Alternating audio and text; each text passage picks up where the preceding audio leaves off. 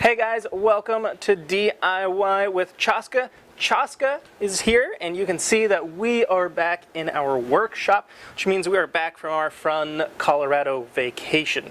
Now, this DIY video is going to be a little bit different. Instead of making something for pets or Chaska here, instead, going to be making a gift for my cousin who is due any day now in July. So this is going to be pretty exciting.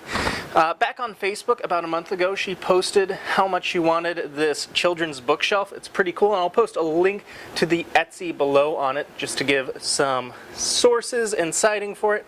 But what's different about this bookshelf is that it's a bookshelf for toddlers, and I'm going to be using hairpin legs, so those legs can be swapped out as the kid gets older and grows taller, thus making it just a little more functional and something that isn't just going to be stuck at about 16 inches off the ground. All right. Well, anyways, I hope you enjoy this new DIY video. And Chaska, you ready to get started? Let's get started, bud. All right.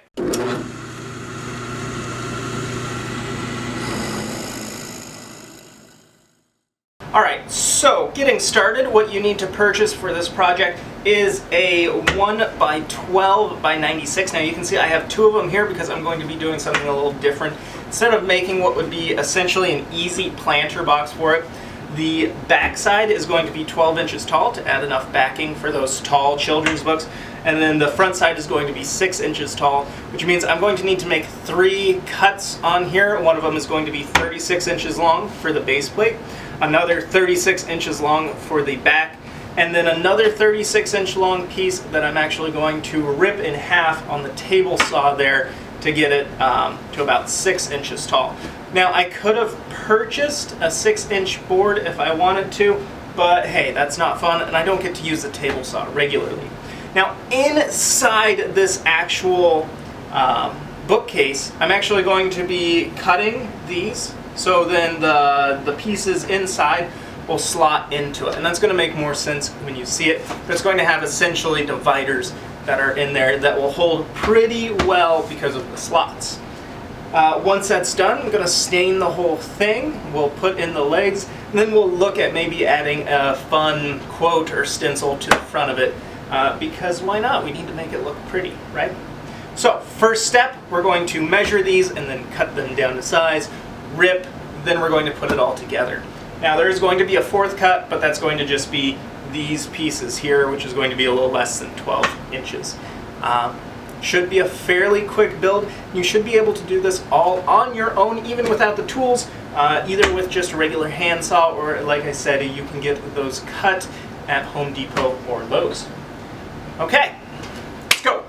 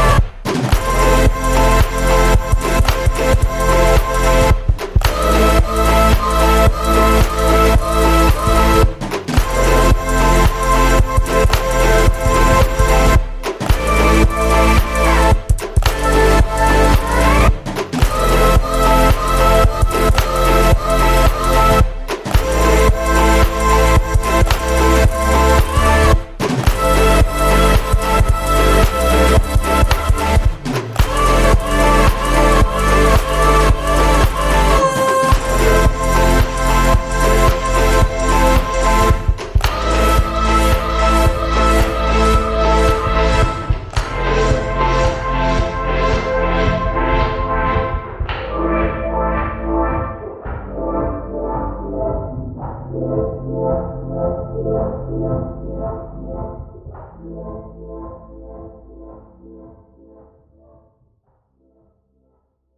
so now that this is finally dry, we get to move on to the best part of making anything that has a fun finish to it, and that is distressing the wood. So what I'm going to be doing is taking probably an 80 grit at first, so we're going to pull a lot of this paint off, and then we're going to go over again with maybe a 220, yeah, probably 220 will be good, to just do the final polishing, and it's going to put that stain, or pull that stain out that we first put down. It's going to look really nice, and then once we get that done, I'll take a look at it, and maybe we'll get to have a little more fun, distress the wood a little bit more, maybe by hitting it with chains or cord or something like that. We'll take a look. It's all about looking and then seeing what you really want to do with the piece itself. I'm excited for this. I hope my cousin's going to be excited for it. It is, honestly, it feels great. It has a nice weight to it, and I think it's going to look fantastic. Once we finish distressing this, we're going to put the legs on, and then more importantly is we take the legs off, and then I'll pack it up and ship it off to her. Help save some of the space for shipping costs on that. So yeah, I think we're ready to move on to the last maybe hour's worth of work on this. Let's get started.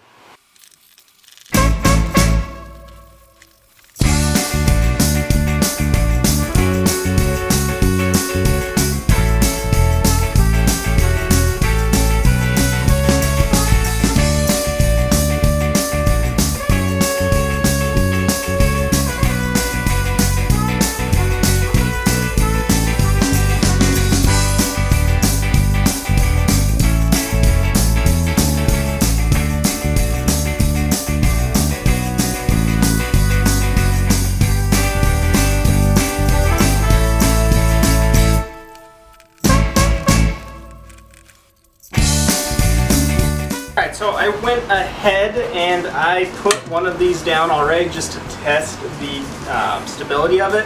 I'm using these really short screws. I want to make sure nothing's poking out so the kid can't hurt himself. That's also why I've rounded down all of the corners as well. So thankfully I've tested that this works, so all I need to do is put the last 3 legs on. So one's going to go here, and then 2 in the center, and I'm going to want to try and get those as lined up as possible to that test that I did earlier. Trick I've learned with these hairpin legs, if you have the ability to clamp them down, that is the best thing you can do, and that will ensure that it stays accurate to where you've lined it up along the edges already.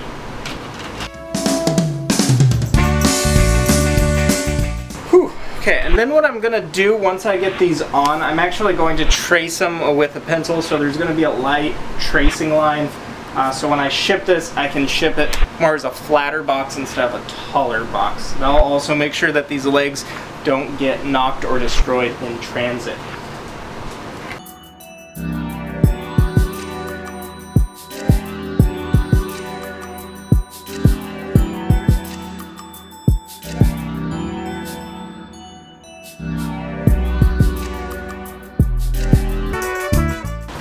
Okay, alright, so we have these in.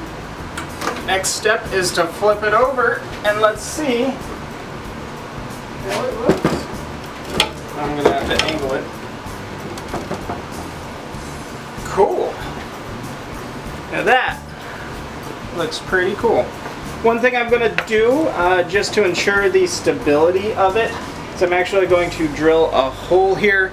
Then I'm going to provide her a wall anchor, and she can pop into the wall, screw it right into there. Then you don't have to worry about this falling over. This is also a very unstable surface, so it's not a good test. I found that out when making chairs and tables on this guy. Okay. Here is the finished product, and I think Chaska likes it. He's been checking it out, and he really wants to help put some books in there. So, of course, we can see what it looks like with some books in there, like why grizzly bears should wear underpants. Some light reading on educational psychology. Novel and short story writers market. Best ways to get published and who to contact. right?